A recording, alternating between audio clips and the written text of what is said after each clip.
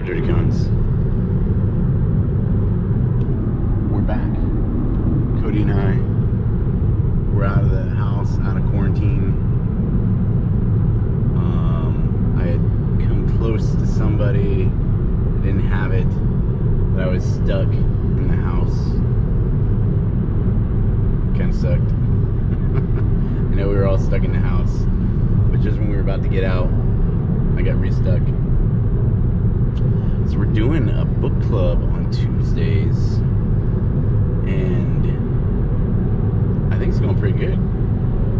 We got 9 to 10 people that show up. We discuss Gates of Fire. We just finished chapter 8. Covers the all-nighter. Well, the 8-nighter. The all-nighter, we'll talk about that later. And what else? Yeah, so next week we'll be doing chapters 9 through 12. Figure an hour to cover 4 chapters with 10 people, and then we usually have a little bit of time at the end, and we talk about whatever. Like, questions last night was, is it better to pass out or is it better to come up? The answer is it's better to come up, but you come up, you get one breath, you go back down. Or if you're really going to die, you come up and breathe and, don't die. And in chapter 8, there was a young boy who ends up dying during their training.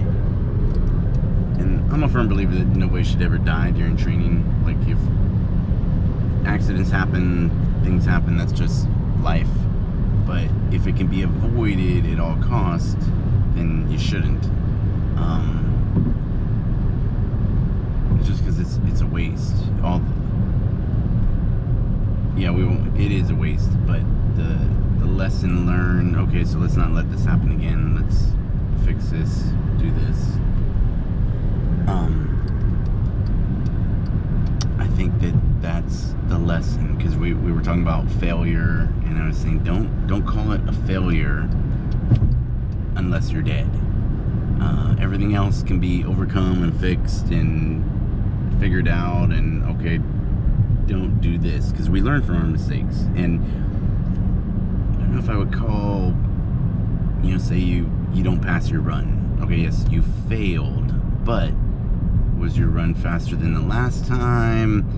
Were there extenuating circumstances? And excuses or whatever aren't going to fix that. But the understanding of, okay, I this is why I failed this run. I was hurt, I was injured, I hadn't been running because I was stuck in the house. Okay, so what do you do? All right, well, then I guess I need to start doing more cardio, or I need to do this. If you have something that's not working, or you failed, body breathing, you didn't really fail. You did, but what can I do to fix this? What can I do to, break it down to its most low-level denominator? I tread the whole time that I'm supposed to be buddy breathing. So therefore I'm using more oxygen and I suck. Okay, so I need to work on my floating. Alright, so then I fix my floating. Floating is not what the problem was. The problem was I didn't know how to breathe out my mouth, or take a quick breath and not blow out all my air, or yada yada yada. Whatever the reason is that you're having trouble buddy breathing or running, or whatever your thing that you're having trouble with. Don't look at it as a failure. Look at it as another opportunity to learn. Because if you always win, maybe you've learned like a winning technique, but maybe the Patriots are filming your your practice, or the Astros have got some guy watching your, so we should be winning. We've got the winning concept, we've got the winning team, but for some reason they know all of our throws or all of our plays. So then we have to go back to the drawing board, which I really think that the Astros probably should have been stripped of their title, and so should the Patriots. But it's all about money for sports. Oh, but I won't digress. So, yeah. So good questions, great book. A lot of lessons. They can be learned, but lessons that can be applied to today. We were talking about Leonidas. He was 65 when he died.